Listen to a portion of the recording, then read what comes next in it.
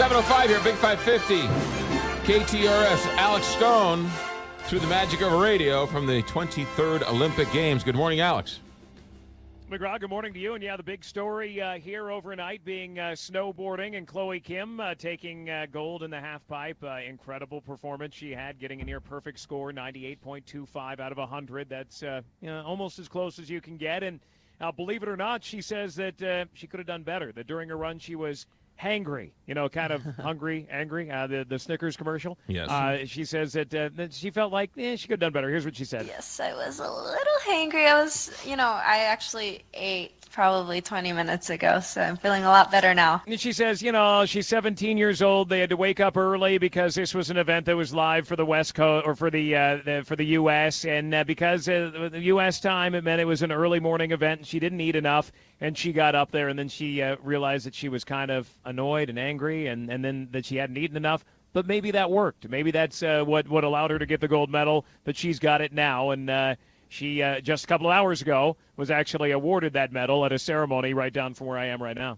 I love the fact that she had the gold medal already wrapped up before her final run, so where she could just sort of take off and have that last run. She had it wrapped up, truthfully, before she even came to South Korea. Everybody knew that unless it just fell apart, her performance, that she was going to have no problem with this. And Shaun White's kind of in the same boat, that it's going to be a good showdown between Shaun White and an Australian skater, or snowboarder, but we're going to see in the next couple of hours, this evening U.S. time, tomorrow this time, as he goes in the final for halfpipe as well.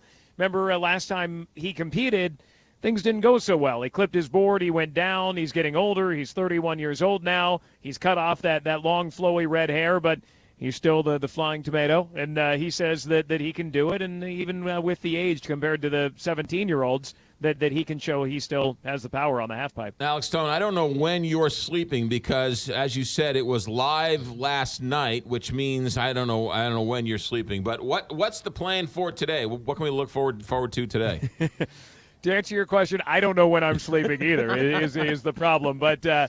Well, a couple of things and give you a little bit of a spoiler alert here. Looking ahead, that Mame Biney, who there was a lot of hope, 17 years old, the first black woman to make a U.S. speed skating team. Right. She was going for the women's 500-meter final just a couple of moments ago. That final wrapped up. She did not get a spot on the podium. Shani Davis, he was racing tonight and just a short time ago. He did not get a podium either. Things have not gone well for Team USA tonight.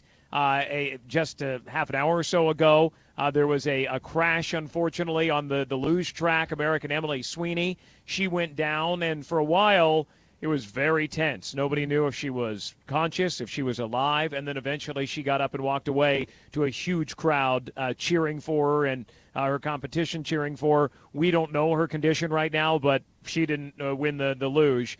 Neither did Aaron Hamlin, who was the flag bearer for the U.S. That the events tonight haven't gone as well for the U.S., but we get right back to snowboarding in a couple of hours. How's the weather? Has the weather seems to turn a little better?